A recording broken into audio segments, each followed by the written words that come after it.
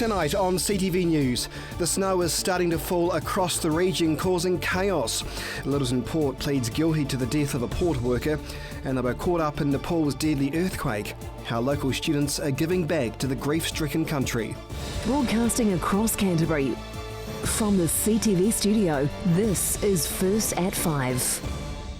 Good evening, welcome to CTV News, streaming live at ctv.co.nz. It's cold and it's getting colder. Snow could fall to low levels, but forecasters say it's still too early to tell if Christchurch will get that dumping of snow. Heavy snow, though, is causing power outages across the country, and Jared McCulloch has been following weather developments today and filed this report. It may be good for the ski fields, with winter well and truly here. A dramatic drop in temperature today has seen parts of Canterbury experience heavy rain, gale force winds and snow to low levels. However, it's not over yet, with the worst of what's to come happening later on this evening. Earlier today, we spoke to weather analyst Russell Voice about what's expected this evening. Well, conditions are slowly getting colder across the region. We've got rain that's really starting to set in now, and temperatures are starting to plummet. Snow levels will gradually drop through the afternoon, and there's a potential for snow to sea level, so pretty cold stuff. And since then, many places in the Canterbury region have felt the temperature drop. Timaru earlier today was sitting on 11 degrees. An hour later, it plummeted to 3. The snow began making an appearance in Ashburton at around 2 p.m. today, with more snowy conditions expected for lower lying parts, including Christchurch. This front especially has kind of come out of nowhere. Just 2 or 3 days ago it wasn't on our radar, and it's really just a lot of time and effort's gone into it, in the last 24 hours, because it's constantly been changing. This weather map shows that front moving over the South Island, first bringing snow to much of the Alpine region, with the storm set to kick in until midnight tonight. The New Zealand Transport Agency has issued warnings to motorists travelling in the higher Alpine areas, with the low pressure system affecting the Alpine passes. They urge drivers to allow more time for their journey and to be extremely cautious. But Russell says the snow in many areas won't last long. It will be short-lived but high intensity, so by kind of 10-11 p.m. tonight, conditions will actually slowly warm up. What's interesting, after a cold front you expect frosts and calm conditions, and a northerly flow will kind of replace what's happening at the moment with southerlies and southeasterlies. So we will see different weather move in overnight, and conditions will slowly improve tomorrow morning. And he also has a message for those living in the higher areas of the region. I think people about the high country should be concerned. Above kind of 400 or 500 metres, 40 to 50 centimetres might fall at those elevations, and that could cause, obviously problems. We think that Alpine passes will be closed by mid to late afternoon, so if you're travelling in those areas overnight, take precautions and expect road closures, so it's probably best to stay at home tonight. Photos have appeared on social media about the wintry blast. These images were taken from a resident in Twizel, but the cold didn't bother this dog, playing out in the snow. The worst of the storm is expected to ease at around midnight. Jared McCulloch, CTV News. And that dog, by the way, his name was called Lily from Mount Somers, Jared. There you go. And of course, our reporter Jared McCulloch has been following developments across mid-Canterbury and joins us in the studio. Pretty significant dumping of snow. Where are the worst affected regions, do you think, or where's the worst affected towns? Where is the snow falling at the moment? Absolutely. Well, most of it is in South Canterbury and in mid-Canterbury as well. Some of the worst affected places are Twizel. Some of them are pretty much locked in at their homes. The snow is so thick there. They've also had power outages as well in many parts of Canterbury as well, some in South Canterbury as well, so it's pretty full on. Now, I know you've been on the phone to various weather forecasters late this afternoon. It's touch and go as to how much snow we could expect in Christchurch. What are they giving you in terms of the forecast for late tonight and tomorrow morning? Absolutely. Well, later from now on to about midnight is the big chunk of what we'll see with the weather getting worse. Most of that will be to about 100 metres above sea level. Christchurch is on sea level, so it's getting close. But then, as you said before, a bit touch and go for where we'll come into Christchurch as well. They're not sure what's going to happen in the next few hours, but yeah, we could get some, we might not. But when it comes to tomorrow, though, it's all going to change completely. Really, it's going to start clearing up in the morning, and then just go back to changing from southerlies to northwesterlies for most parts. What about inland Canterbury? Further inland Canterbury will still have that snow, but that's also going to change a wee bit for most places. There'll be other places like Darfield, further in the Alpine region as well, that will see that snow. And I just want to turn now to the pictures you're seeing on screen now as well. These were taken near the Rakaya Gorge near the base of Mount Hutt earlier this afternoon. That's pretty heavy looking snow, That's Jared. heavy snow there, yes. So one of our camera people were out there filming today, and first start with rain, and this is the pictures they came shortly after, I think it was after about lunchtime. Now later snow just comes flying in there inland. Well, the reports we're getting at the moment is that snow has now stopped and it is settling, so we'll try and see if we can get more of an update later in the bulletin. Jared McCulloch, thank you for your time tonight. Nice. And Jared will be back with a full look at your forecast right after the business report. Well, to the day's other major story now, the Littleton Port Company has pleaded guilty over the death of one of its employees. WorkSafe New Zealand charged the company with failing to take practical steps to ensure the safety of Brad Fletcher. The 40-year-old was killed after the scissor lift he was working on toppled over last year. Littleton Port has admitted guilt in the death of port worker Brad Fletcher, who died when a scissor lift collapsed last August. The port pleaded guilty to a charge of failing to take all practicable steps to ensure the safety of an employee while at work. The charges were brought by WorkSafe today at the Christchurch District Court, with sentencing scheduled for the 6th of August. It's one of 3 deaths at the port that occurred in less than a year, which has drawn the ire of Rail and Maritime Transport Union, which has been actively pushing to improve the port's safety. It says the port has a poor safety culture and is upset that the port pleaded not guilty to charges relating to another worker, Mark Truscott. Truscott, a worker in the maintenance department, resigned after a dispute with management about refusing to do unsafe work. His employment dispute has since been successfully mediated, but the union says the safety charges associated with the case also need to be resolved. The union now wants to fast-track health and safety legislation improvements that it says the government is currently stalling on. Workers have also been in dispute with the port about pay rates, with many taking industrial action over Christmas, refusing to do overtime. And the port says it does regret the incident in a statement issued earlier today, and it says it is working to improve safety, but won't comment further until sentencing in August. Well, still to come here on CTV News, St Margaret's College raises thousands of dollars for those affected by the Nepal earthquake.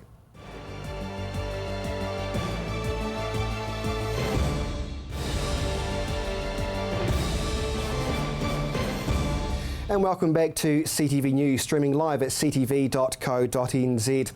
Well, social media was abuzz late last night after a 16-year-old stole a front-end loader and took it for a dangerous joyride across the city.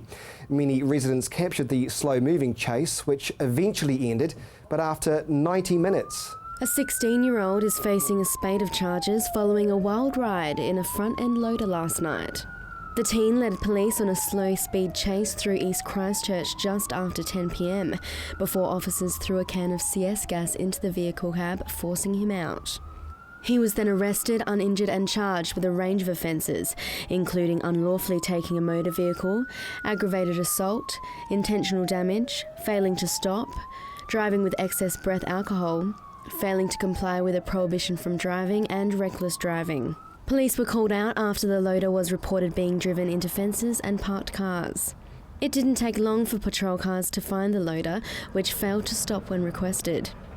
Police then engaged in a 90-minute slow-speed chase, placing patrol cars ahead of the vehicle to keep a clear path away from public and other vehicles.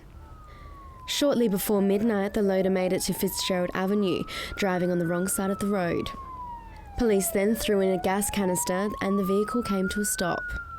Police are asking anyone who has since discovered property damage which may be linked to the incident to come forward. They're also reminding businesses to lock away equipment. This is the second incident of this kind this year in Christchurch. And it's crime like that just there that police are trying to reduce through community education in the city's east. Here's Chelsea Daniels again.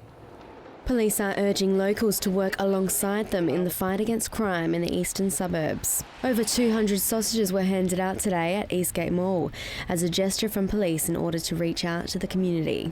Today was all about linking with the community and giving them free sausage and some free crime prevention advice. It's been really exciting. We've had a really good response. The people that we've engaged with have been really lovely to deal with. We've had some great conversations, some really good laughs. We've also been working very closely with one of our close partners, the Community Patrols New Zealand, and it's just been all a really good day. Police have been working with Eastgate and surrounding areas, conducting surveys and finding out exactly what the communities need. All the concerns that the community raise are the things that they see on an everyday basis, and there was no surprises. There's the things like graffiti, the things that undermine what the community feels like.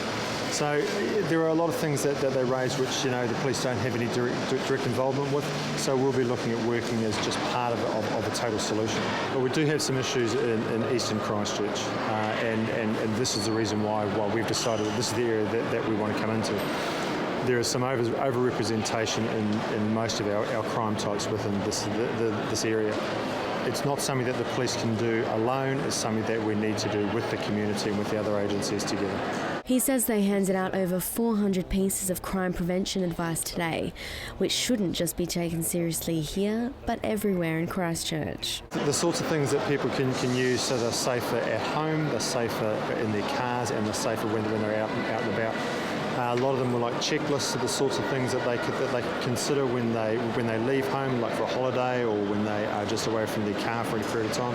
The sorts of things that they just need to be mindful of. It would be unsafe to say that they're at any more or any less danger here than anywhere else in Christchurch.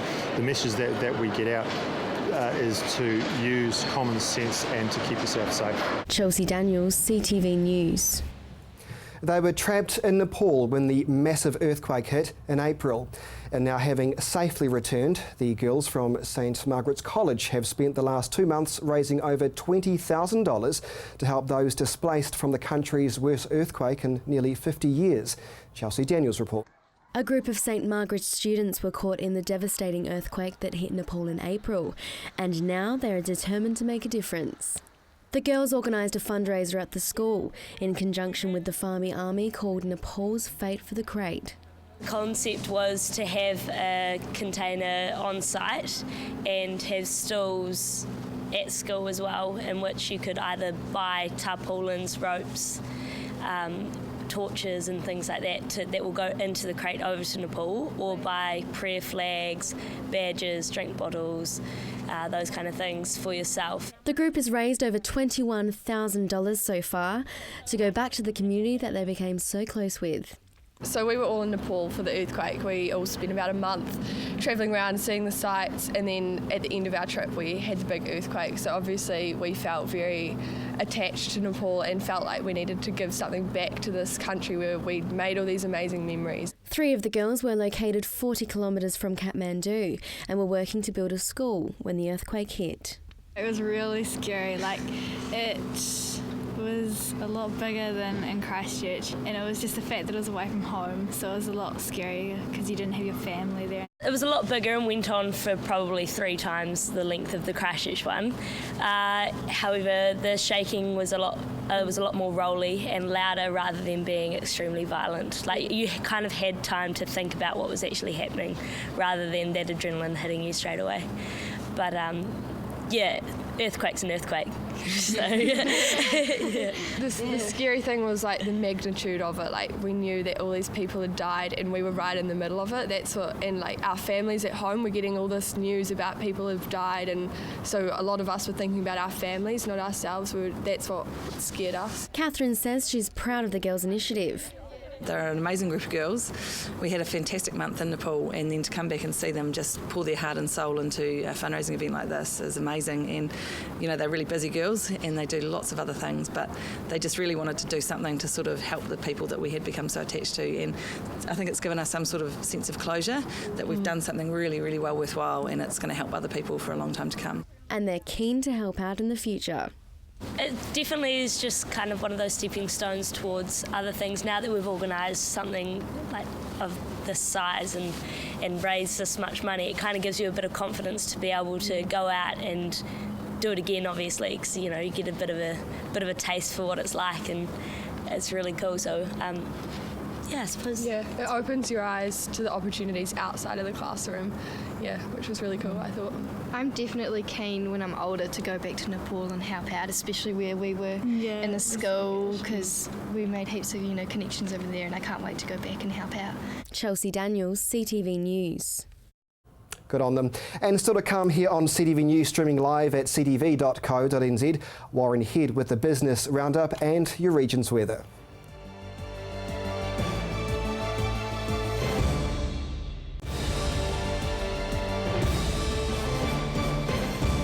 Welcome back to CTV News. A man on parole has been sent back to prison after stealing groceries and meat worth thousands of dollars.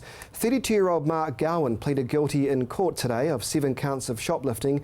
In many of the incidents, he brazenly stole goods in front of supermarket workers.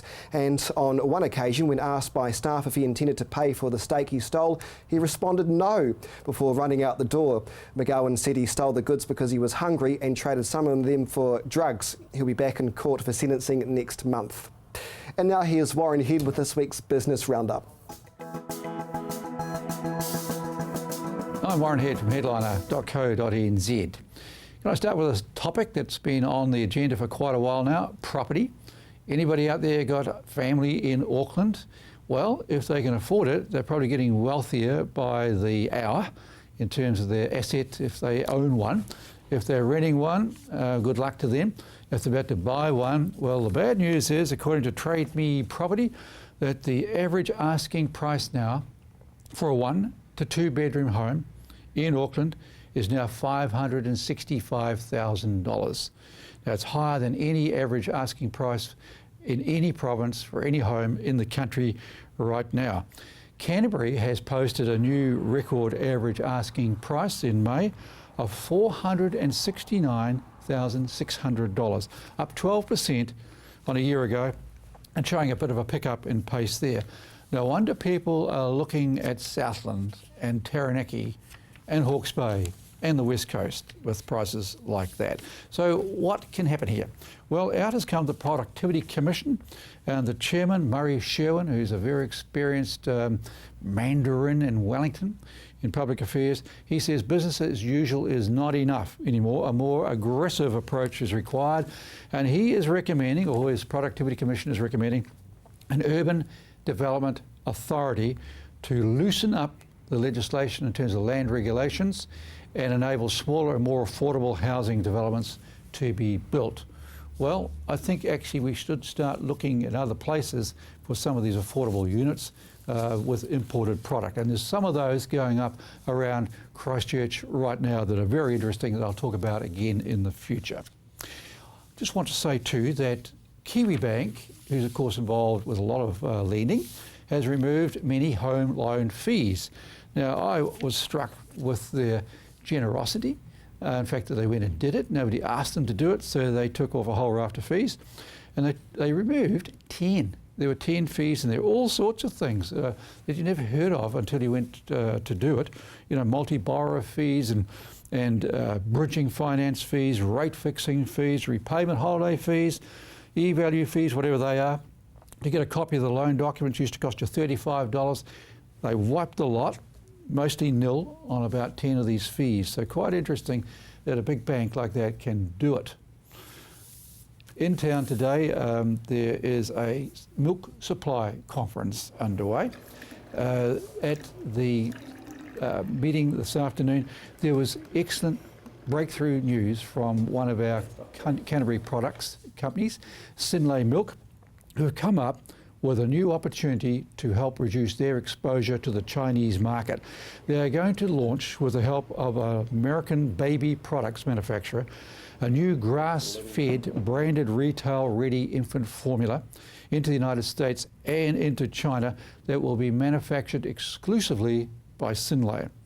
How it all works is that the American company called Muchkin and Synlait have teamed up together, and there will be a new standard type of product where cows will be exclusively grassed on a pasture or crop-based diet with no feeding of grain or feed not grown in New Zealand, and they'll be independently audited, the farms that is, will be independently audited to ensure they meet and maintain this standard. And that's designed to give us a grass-fed infant formula lift. Now, all those years we've seen the cows just munching on our beautiful green grass. We never thought anything like that would ever happen, but it has. On the subject of food, to close off, McDonald's McDonald's is big. Everybody knows that. It seems to be everywhere. It's got 164 restaurants throughout New Zealand. 60% of them are owned by local franchises. They've run a profit of $30.75 million for the year. I was a bit surprised it was just $30 million, but I guess it takes a lot of hamburgers to make $30 million. They said in their release that they were having a watching brief on Christchurch for new sites as the city is being rebuilt. I'm Warren Head for headliner.co.nz.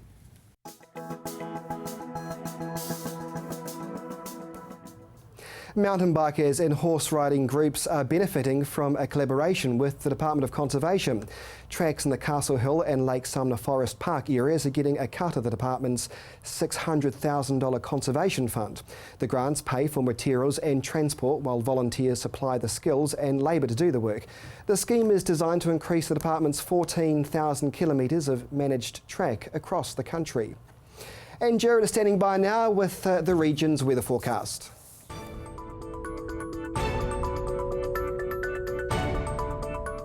Good evening, Canterbury. One word, snow for most places throughout the region today. It started off quite fine and warm, then it just plummeted from there. But let's take a look at today's highs, shall we? 12 degrees for Timaru, Temuka and Geraldine. Just 7 degrees for Twizel today with those snowy skies here and there as well. Ashburton, Leeston and Christchurch, 13 degrees for you. Methven, just 11 degrees today. Akaroa was the warmest here on 14, but you had some sleety showers here and there as well. As we take a look into North Canterbury, similar picture as well. Those snowy skies will be coming through tonight, but your high today was 15 for Culverden, Cheviot and Kaikoura. And in the Alpine region, just 7 degrees for Arthur's Pass. Now let's take a look at tomorrow's temperatures for the major centres. Now it's going to be completely different. Sunny skies here and there with some cloud for Timaru and northwesterly winds. Those southerly winds will be gone. Your high will be 13 degrees. Ashburton, similar picture degrees-wise, 13 will be your high and you start off the day with 2. There'll be some showers here and there as well with some northwesterly winds. Christchurch today we had some showers here and there. Those showers will continue through tomorrow with some northwesterly winds and a high of 13. And Kaikoura, a bit of a mixed bag here as well. We have some rain here and there throughout the day. Slightly warmer though on 14 degrees. Let's take a look at tomorrow's temperatures now for the rest of the region. Those showers will be hanging around for most areas here. 12 degrees for Temuka and Geraldine with some westerly winds. Here, everyone here, there's a few showers in Akaroa and coming in further inland. Bit of snowy skies here with easterly winds for Darfield, 13 degrees as well. As we take a look into North Canterbury now, showers here, northwesterly winds further inland and up through. Then we have some easterlies and northerly winds for Amberley as well. 13 degrees, the number here for your high tomorrow. And in the Alpine region, those snowy skies will be there. Southwesterly too for Arthur's Pass, a high of 4 as well. The upcoming days now for the major centres. Showery skies for most. The worst will be in Kaikoura with some southerly winds and just a high of 8 for Saturday. As we flip over to Sunday, that sun will be coming through for Timaru and Ashburton, but it will be cold. You'll start the day with -4 and -3 respectively for Timaru and Ashburton. As we take a look now into South Canterbury, southwesterly winds and a mixed bag too, with some showery skies here and there all the way up into North Canterbury, but the snow flurries here and there as well. But when we flip to Sunday, put the sun in Sunday for South Canterbury anyway. They'll be seeing most of those throughout the day and some light winds. As we get further north, there'll be some southerly winds and rain and some snow. Do be careful out there, that weather will be quite horrific from now until midnight. So keep warm and keep safe. That is your weather for today. Thanks, Jared. And that is CTV News for Thursday. Have a warm evening.